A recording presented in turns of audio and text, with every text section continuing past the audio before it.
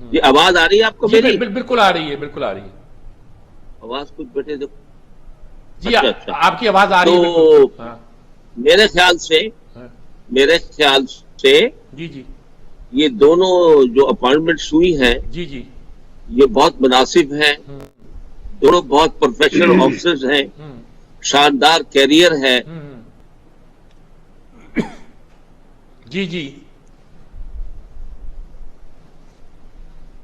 ان کا تمام فیلڈز کا بہت اچھا تجربہ ہے.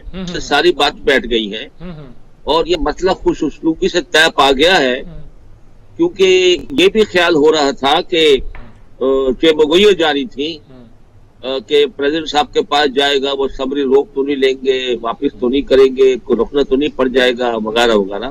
لیکن الحمدللہ یہ مطلب ہی ساتھ کر کے طے پا گیا اور یہ امید ہے کہ یہ چینج آف کمانڈ کل اور پھر 29 کو ساتھ خیر کے ہو جائے گی.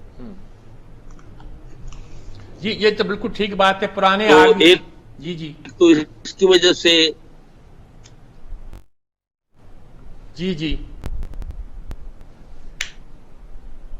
جی آ رہی آواز آپ کی. جی جنرل صاحب سے بات کرتے ہیں، یہ لائن ٹھیک کرتے ہیں. ناصر بیگ چغتائی صاحب، جنرل صاحب کی لائن کافی ہیجان تھا ملک کی سیاست میں. جی جی جنرل صاحب کی آواز آ گئی دوبارہ. جی جی دوبارہ کال کر کے جنرل صاحب آپ کو ہم دوبارہ کال کرتے ہیں، آپ کی آواز ٹوٹ رہی ہے بالکل پہ.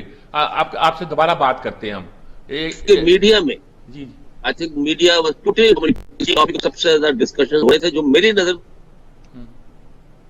غیر ضروری ملکوں میں گورنمنٹ ڈسکشن نہیں کی جاتی. اور اس کے پاس آئی بی کی رپورٹیں بھی ہوتی ہے، اس کے پاس اپنے بھی ہوتے ہیں، تو وہ روزی روز کے سامنے ہوتے ہیں. ویسے بھی تھوڑا بہت وہ نارملی جب تک سبھی جنرل صاحب آپ کی آواز بہت کٹ رہی ہے. جنرل صاحب آپ کی آواز بہت کٹ رہی ہے. ہم دوبارہ آپ کو ملا رہے ہیں، دوبارہ ملا رہے ہیں تاکہ زیادہ آواز صاف آ سکے. اتنی دیر میں ہم ناصر بیگ چغتائی سے اور سلمان عابد سے بات کرتے ہیں اور یہ لائن آپ کی کلیئر ہو جائے گی، زیادہ کلیئر لوگوں تک آپ کا پیغام پہنچ سکے گا. جی ناصر بیگ چغتائی صاحب، جنرل صاحب کی تو بات پوری ہو نہیں سکی، وہ اپنا سارا موقع بیان کر رہے تھے. دوبارہ ابھی لائن پہ آئیں گے. آپ کیا کہتے ہیں اس معاملے میں؟ میرا سلام سب کو اور سلمان کو بھی، اور خاص طور سے جنرل صاحب کو جی جی کہ جو 2002 سے میرے پروگرام میں آیا کرتے تھے اور بڑی محبت شفقت سے بات کرتے تھے. ایک عرصہ دیکھا ہے جو کچھ کہہ رہے ہیں وہ اپائنٹمنٹس کے بارے میں بالکل درست ہے. بر وقت اپائنٹمنٹ ہوا ہے، وقت کے مطلب بہت سموتھ ٹرانزیشن ہو رہی ہے، اور پہلی بار شاید سینیورٹی کی بنیاد کے اوپر 1 اور 2 نمبر طے ہوئے ہیں. اور پہلا موقع ہے کہ sort of honour army chief بنا ہے، بہت زبردست ہوا ہے. اور جو لوگ اس پر اب اعتراض کریں، اول تو کوئی اعتراض کرنے کی ہمت نہیں کر رہا ہے کیونکہ کوئی موقع نہیں مل رہا کسی کو اس پہ اعتراض کرنے کا. اور جو کر رہے ہیں وہ ظاہر ہے کرتے رہیں، بہت اچھی طرح اپنے گھروں میں خوش رہیں. لیکن پاکستانی فوج کو 2 ایسے افسر ملے ہیں جو بہت ہائیلی ڈیکوریٹڈ ہیں. اور میں ان کو ایک ڈیکوریشن اور دینا چاہتا ہوں کہ جب ان کا تقرر ہوا تو انڈیا کے چینلز پر ایک صفحہ ماتم بچھی ہوئی تھی. مجھے بڑا اچھا لگتا ہے جب وہاں میں بیٹھتا ہوں اور وہ میں انگریزی کے چینلز میں بیٹھتا ہوں، ہندی وہ جاتا نہیں، وہاں تو 5-6 اکٹھے ہوتے ہیں اور ایک آدمی کو پکڑ کے دبوچ کے گھموڑنا شروع کر دیتے ہیں. انگریزی والے جو ہیں وہ ذرا ڈھنگ سے بات کرتے ہیں اور میں جاتا ہوں وہاں. ان سے بڑی اچھی بات ہوئی. میں نے ان سے کہا مجھے I'm really happy that you are sad, you are shocked. تو اس پہ وہاں سے بیچارے کیا کرتے وہ پلوامہ کا ماسٹر مائنڈ اور فلاں کا ماسٹر مائنڈ اور ایسٹرن بارڈر کا ماسٹر اور افغانستان کا ماسٹر، ایک ایریا کے ماسٹر، سب چیزیں انہوں نے کہہ دی. اور میں نے کہا تھینک یو، آپ نے میری تعریف کر دی، مجھے اتنے چاہیے تھا. تو really happy to have 2 seniors first time in Pakistan. اور پہلی بار یہ ہوا ہے کہ کوئی جھگڑا غالباً نہیں ہوا. غالباً میں یوں کہہ رہا ہوں کہ مجھے پس دیوار کا نہیں پتا کہ دیوار کے پیچھے کیا ہوا ہے، لیکن جو کچھ ہوا وہ ایس او پیز کے مطابق ہوا، ڈیڈ لائن کے مطابق ہوا. 1 دن کا فرق آیا لیکن بالکل صحیح ہوا اور میرے خیال بہت اچھا ہو گیا ہمارے لیے. ٹھیک ہے ٹھیک ہے. اچھا یہ تو ہو گیا، آج عمران کا جلسہ بھی ہو گیا ہے، اب کیا لگ رہا ہے کہ عمران کیا چاہ رہے ہیں اس پوری صورتحال، بدلی ہوئی صورتحال میں؟ محتاط بھی ہیں، کوئی رستہ بھی تلاش کرنا چاہتے ہیں، زیادہ پریشر وہ اب پولیٹیکل حکومت پہ ڈالنا چاہیں گے، لیکن یہ کہہ رہے ہیں کہ 10 مہینے بعد الیکشن ہوں گے تو میں تو پریشر بلڈ کرتا رہوں گا ان پہ۔ یہ پریشر بلڈ کرنے کے لیے اسمبلیوں سے باہر آ رہے ہیں، استعفے تو نہیں دے رہے، وہ استعفے دے رہے ہیں، وہ اسمبلیاں توڑنے کی بات نہیں کر رہے، اور وہ بھی مشورہ کرنے کی بات کر رہے ہیں۔ کیا لگ رہا ہے آپ کو؟ جی بالکل، بہت امپورٹنٹ سرپرائز تھا آج خان صاحب نے جو کیا، وہ بڑا سرپرائز تھا، اور لگتا ہی تھا کہ ان کے پاس تمام راستے بند ہو گئے۔ وہ گلی بھی بند تھی جہاں وہ جلسہ کر رہے تھے، اور اس کے بعد فیض آباد کا راستہ ہی بند تھا، اسلام آباد جانے کے راستے ہی بند تھے، اسلام آباد بھی نہیں گئے، وہ اس کا گھیراؤ بھی نہیں کر پائے اسلام آباد کا، اور غالباً کراؤڈ کو بھی دیکھ کر انہوں نے سوچا کہ مجھے کچھ کرنا ہے، کچھ تو کرنا ہوگا۔ تو باقی تقریر ان کی پرانی تقریر تھی، یہ جو نیا انٹرو انہوں نے ہم کو دیا اور خبر کا سربان جانتے ہیں، وہ نیا انٹرو بہت چلے گا، یہ میٹر کرتا ہے کہ ہم اسمبلیوں سے استعفے دیں گے، لیکن نہ ڈیٹ دی استعفوں کی تجویز ہے، غالباً فیصلہ سنا ہے کہ کب استعفے، کہاں سے استعفے دیے جائیں گے، کیا سینٹ سے بھی استعفے دیں گے، کیونکہ سینٹ بھی اسی کرپٹ نظام کا حصہ ہے جس کی بات خان صاحب کہتے ہیں کہ یہ کرپٹ نظام ہے، اس کے نکلنا ہوگا۔ خان صاحب اسی کرپٹ نظام میں 4 سال پرائم منسٹر رہے ہیں، اور وہ کرپشن کا ایک بال بھی بیکا نہیں کر سکے، بال بیکا کیا، کچھ کر ہی نہیں سکے، نہ عوام کے لیے کر سکے، نہ حکومت کے لیے، نہ ریاست کے لیے۔ تو میرا خیال ہے فیس سیونگ کے لیے خان صاحب نے سب کچھ کیا۔ آپ کیا کہتے ہیں سلمان احمد؟ دیکھیں جی، عمران خان صاحب کے پاس اب ایک ہی مطالبہ رہ گیا ہے، اور وہ مطالبہ ان کے پاس یہ ہے کہ جی ارلی الیکشن کروائے جائیں۔ حکومت تو ارلی الیکشن کرانے کے لیے بالکل تیار نہیں ہے، وہ واضح کر چکی ہے کہ اکتوبر 2023 سے پہلے انتخابات نہیں ہوں گے۔ تو اب ان کے پاس ایک ہی آپشن تھا، جس کو ابھی اپنا انہوں نے کہا ناصر بیگ چغتائی صاحب نے کہ سرپرائز تھا۔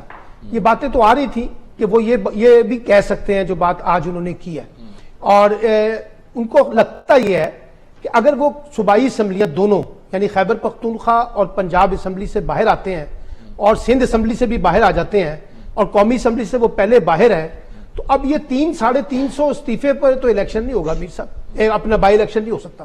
ان کا خیال یہ ہے کہ وہ ایک کرائسس کریٹ کر دیں، اور اس کرائسس کے نتیجے میں بات جو ہے وہ ارلی الیکشن کی طرف جائے۔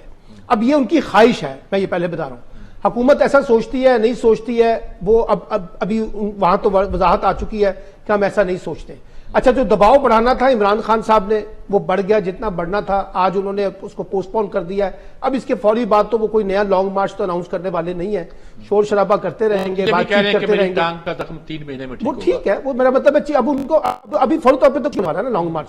اب ان کے پاس 2 ہی آپشن ہے، وہ یا تو یہ کرائسس کریٹ کر دیں جس کا انہوں نے کہا ہے۔ اب سوال یہ ہے کہ اس پہ عمل درآمد ہوتا ہے یا نہیں ہوتا۔ انہوں نے کہا مشاورت کریں گے، کیا مشاورت پہلے ہوئی تھی یا نہیں ہوئی تھی، اور ہوئی تھی تو پھر کیا طے ہوا تھا؟